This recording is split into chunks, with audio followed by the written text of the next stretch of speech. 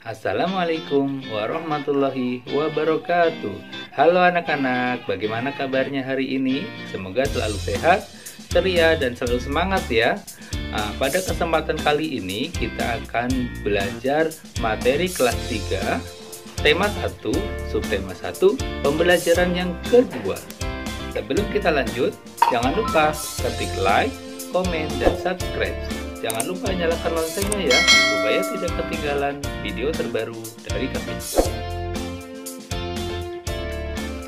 Tujuan pembelajaran yang ingin kita capai dalam kegiatan belajar ini adalah siswa dapat menemukan kata atau istilah khusus tentang ciri-ciri makhluk hidup dengan tepat.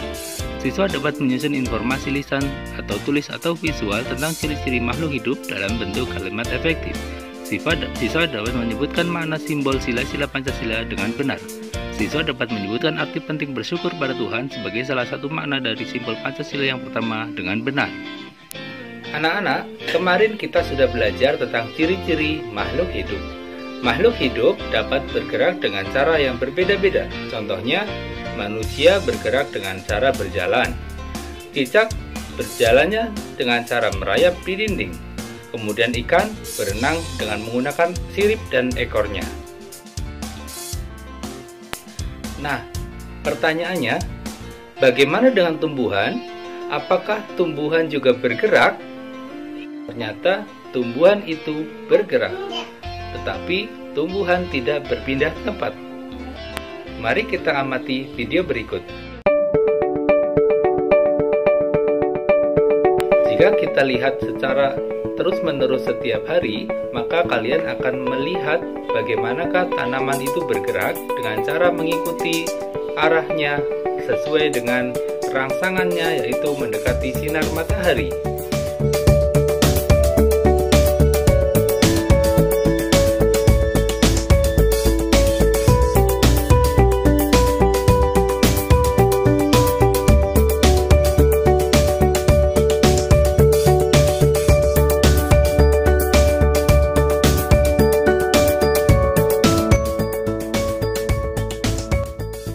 Nah, sekarang tentu sudah paham ya bagaimanakah cara makhluk hidup itu bergerak.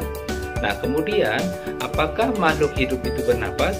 Apa saja alat pernapasan yang digunakan oleh makhluk hidup tersebut? Manusia bernapas dengan paru-paru, sedangkan ikan bernapas dengan insang. Lantas, apakah tumbuhan juga bernapas? Jika bernapas, apakah nama alat pernapasan pada tumbuhan? Alat pernapasan tumbuhan yang sangat penting adalah stomata. Stomata juga sering dikatakan sebagai mulut daun. Nah, selain alat pernapasan pada ikan, ada juga alat pernapasan pada serangga. Alat pernapasan pada serangga biasa disebut trakea.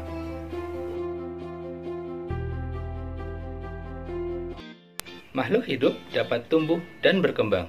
Tumbuh artinya bertambah tinggi dan beratnya. Coba kita amati apakah kita juga tumbuh? Apakah tinggi badanmu juga bertambah? Berbeda dengan saat kamu masih kelas 1? Manusia tumbuh bermula dari bayi, menjadi anak-anak, menjadi remaja, kemudian menjadi dewasa. Kemudian ayam. Ayam berasal dari telur, kemudian menetas, menjadi ayam kecil, dan kemudian menjadi ayam dewasa. Makhluk hidup berkembang biak dengan cara yang berbeda-beda. Ada yang berkembang biak dengan cara melahirkan, ada juga yang berkembang biak dengan cara bertelur. Coba kalian sebutkan, hewan apa sajakah yang berkembang biak dengan cara melahirkan, dan hewan apa sajakah yang berkembang biak dengan cara bertelur? Makhluk hidup memerlukan makanan dan air. Manusia memerlukan tumbuhan dan hewan sebagai makanan. Sebagian hewan juga membutuhkan tumbuhan sebagai makanan. Lantas, apakah tumbuhan membutuhkan makanan? Jika tumbuhan memerlukan makanan, apa makanan bagi tumbuhan? Makhluk hidup memerlukan air dan makanan. Tumbuhan juga memerlukan makanan dan air. Namun, tumbuhan dapat membuat makanannya sendiri. Makanan yang dihasilkan merupakan bahan makanan untuk hewan dan manusia. Oleh karena itu, Tumbuhan bisa disebut juga penghasil makanan atau produsen. Lantas, bagaimanakah proses pembuatan makanan oleh tumbuhan? Proses pengolahan makanan pada tumbuhan disebut fotosintesis. Bahan untuk membuat makanan adalah air dan karbon dioksida. Bahan-bahan diperoleh dari dalam tanah.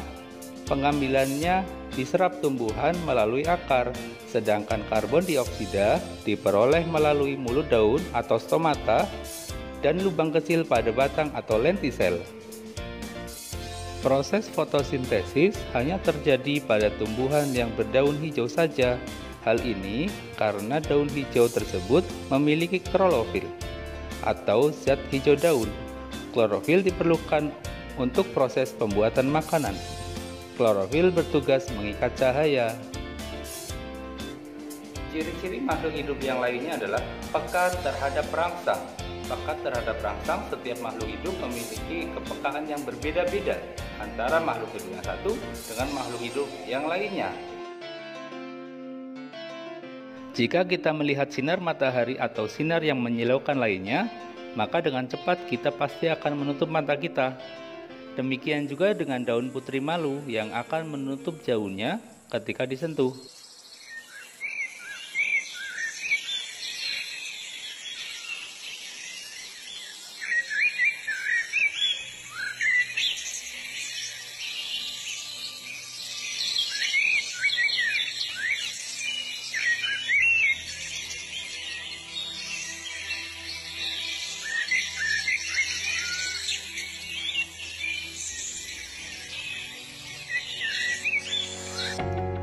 Buah pada pohon pacar Cina akan meletus juga saat disentuh.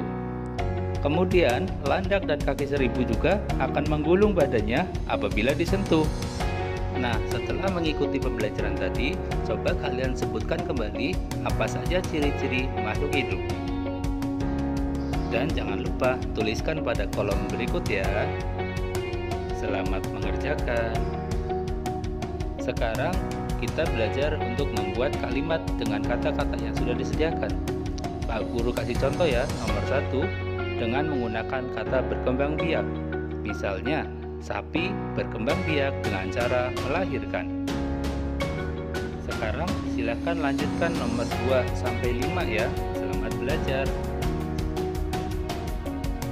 Semua makhluk hidup di dunia adalah ciptaan Tuhan. Keberagaman cara bergerak merupakan kekuasaan Tuhan. Semua itu yang harus kita syukuri. Menjaga kesehatan tubuh merupakan cara mensyukuri karunia Tuhan. Demikian juga menghargai kemampuan teman yang berbeda-beda juga merupakan cara menghargai atau mensyukuri karunia Tuhan. Bersyukur kepada Tuhan merupakan karunia Tuhan yang Maha Esa menurut pengamalan Pancasila, sila yang pertama. Pancasila, sila yang pertama berbunyi ketuhanan yang Maha Esa. Lambang sila pertama adalah bintang. Bersyukur adalah berterima kasih dengan semua pemberian Tuhan. Coba sekarang kalian tuliskan sikap bersyukur seperti apakah yang dapat kalian lakukan untuk mensyukuri keberagaman makhluk hidup yang ada di dunia. Tuliskan jawaban kalian dalam lembar yang telah disediakan. Selamat belajar, terima kasih. Assalamualaikum.